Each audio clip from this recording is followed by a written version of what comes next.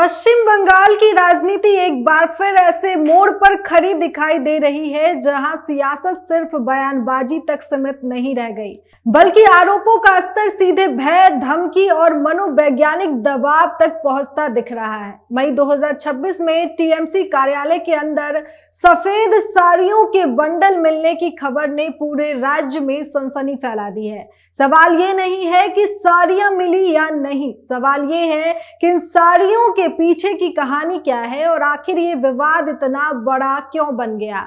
नमस्कार, मैं आपके साथ श्रेया राज और आप देख रहे हैं न्यूज वॉच इंडिया का खास कार्यक्रम आज का बड़ा सवाल।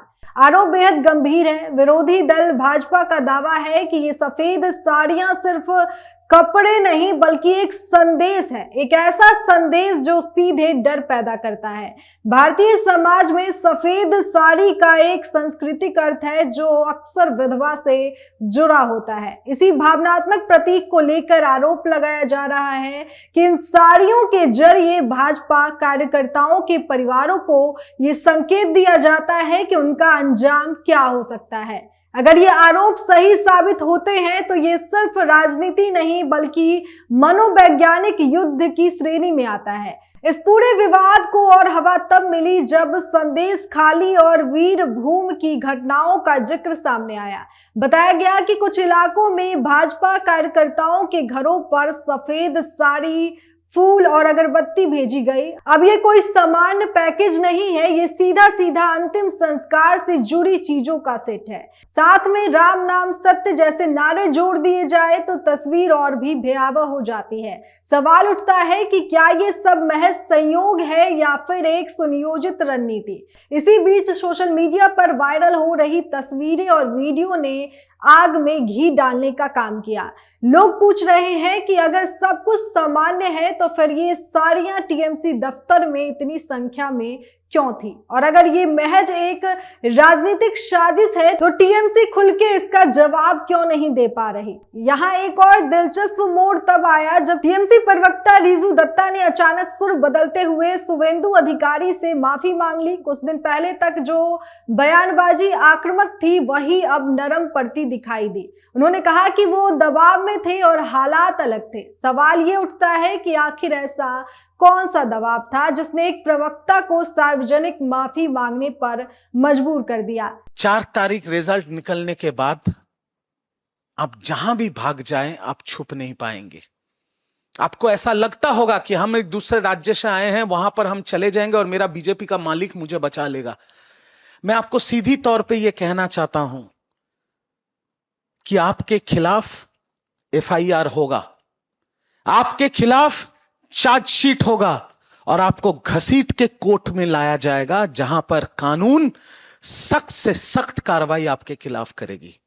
कोई राज्य, कोई बीजेपी का मालिक आपको बचा नहीं पाएगा।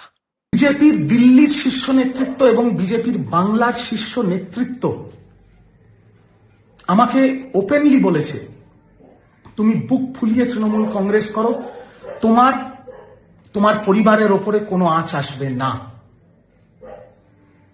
কারণ আমি তাদের একটাই কথা বলেছিলাম যে দাদা আমাদের কি বাঁচার অধিকার নেই? আমরা বিরোধী দল করি, এখন আমরা তৃণমূল কংগ্রেস করি, আমি তৃণমূলের মুখপাত্র, কিন্তু আমার কি বাঁচার অধিকার নেই? আমাদের কি বেসিক সম্মানটুকু থাকবে না?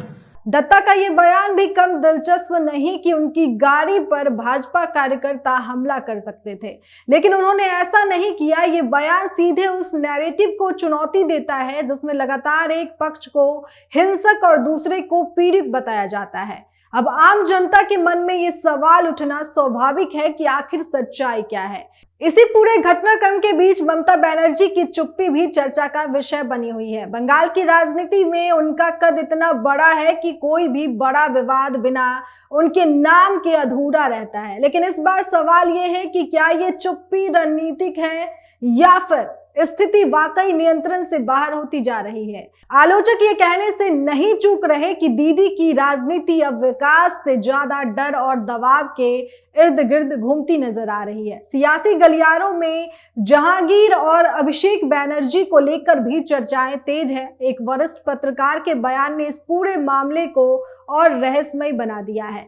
कहा जा रहा है कि आने वाले दिनों में कोई बड़ा एक्शन हो सकता है, लेकिन ये एक्शन क्या होगा, कानूनी, राजनीतिक या फिर सिर्फ बयानबाजी, ये अभी साफ नहीं है। बंगाल की जनता फिलहाल एक अजीब स्थिति में है। एक तरफ आरोप है, दूसरी तरफ सफाई है और बीच में सच कहीं दबा हुआ नजर आता है। लेकिन एक बात साफ है, अगर राजनीति का स्तर इस हद तक गिरता है तो प्रतीकों के जरिए मौत का डर दिखाया जाए तो ये लोकतंत्र के लिए अच्छा संकेत नहीं है। आखिर में सवाल वही, क्या ये सब सिर्फ राजनीतिक ड्रामा है या फिर बंगाल में वाकई कुछ ऐसा चल रहा है जो आम नजरों से छिपा हुआ है?